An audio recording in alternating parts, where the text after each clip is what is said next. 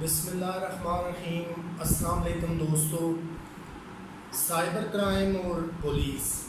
جی دوستو، آج ہماری مراد ہے کہ جتنے لیٹسٹ کرائم ہو رہے ہیں کیا ان کے لیے پولیس کو پریپیئر ہونا چاہیے۔ وہ دور دوستو گزر گیا جہاں روٹین کے جو ہے وہ ایف آئی آرز لانچ ہوتی تھیں، روٹین کے کرائم ہوتے تھے۔ اب آپ نے دیکھا ہوگا کہ 9/11 کے بعد بڑی جو ہے وہ تبدیلیاں دنیا میں واقع ہوئی۔ 9/11 سے پہلے شاید دہشت گردی کے لفظ یا اس سے دنیا اتنی جو ہے وہ آشنا نہیں تھی کہ یہ دہشت گردی کیا ہوتی ہے۔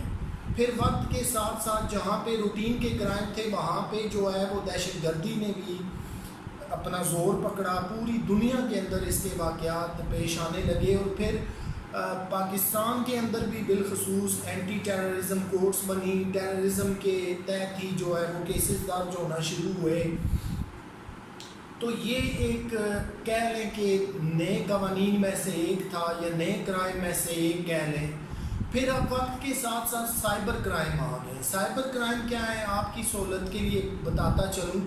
اب ایک بندہ لیپ ٹاپ موبائل پہ بیٹھا ہوا انٹرنیٹ پہ ہزاروں کلومیٹر دور ملک کے کسی کونے میں ایک کرائم کر رہا ہے، تو آپ اسے کیسے پکڑیں گے؟ وہ کرمنل آپ کے سامنے ہی نہیں ہے، اس نے آپ کے سامنے یا پبلک کے سامنے وہ جرم ہی نہیں کیا۔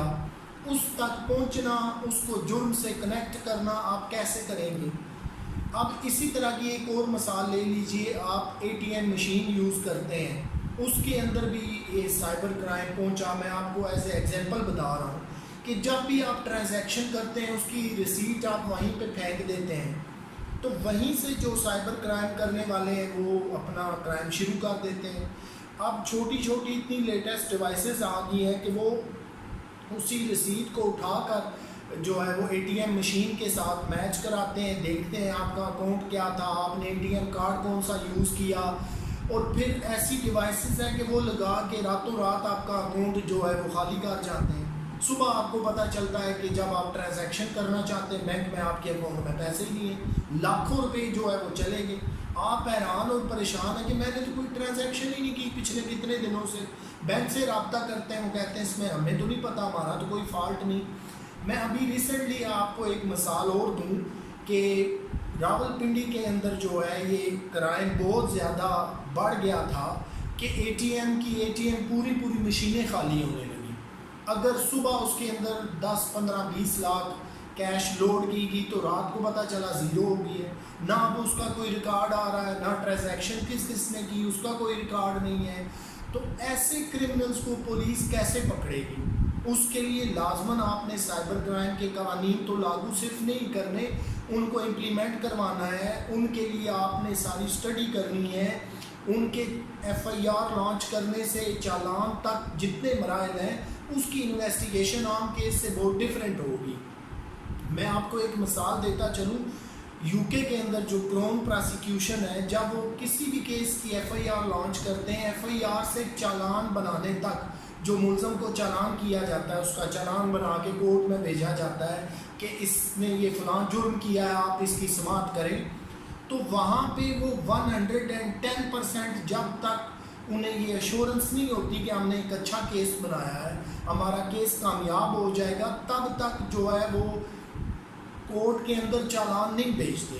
کیوں کہ وہاں پہ قوانین اتنے سخت ہیں کہ اگر آپ پراسیکیوشن کا کیس کمزور ہوا، آپ ثابت نہ کر سکے، اس کے اندر خامیاں رہ گئیں، تو پھر آپ کو لاکھوں پاؤنڈ ارجانہ بھی دینا پڑے گا، ڈپارٹمنٹ کی بدنامی بھی ہوگی، نااہلی اور کوتاہی بھی سامنے آئے گی، اور پھر وہی ملزم آپ سے ڈیمیجز بھی کلیم کرے گا کہ آپ نے مجھے غلط طریقے سے اس کیس میں ملوث کیا ہے۔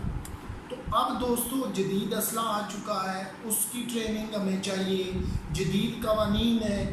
دیکھیے ان کو صرف آپ نے لاگو نہیں کرنا ہوتا، پہلے آپ نے اپنے پورے پولیس ڈپارٹمنٹ کو یہ قوانین پڑھانے ہوتے ہیں، ان کا پریکٹیکل کرانا ہوتا ہے، پھر آپ امپلیمنٹیشن کی طرف جاتے ہیں، اور پھر اس کے اندر ایکسپرٹ سامنے آتے ہیں ہر فیلڈ کے۔ ویسے تو آپ کی عام پولیس بھی ہے، ایف آئی اے والی بھی پولیس ہے، جو آپ کی ایئرپورٹس پہ ڈیل کر رہے ہوتے ہیں وہ بھی بیسیکلی پولیس ہے۔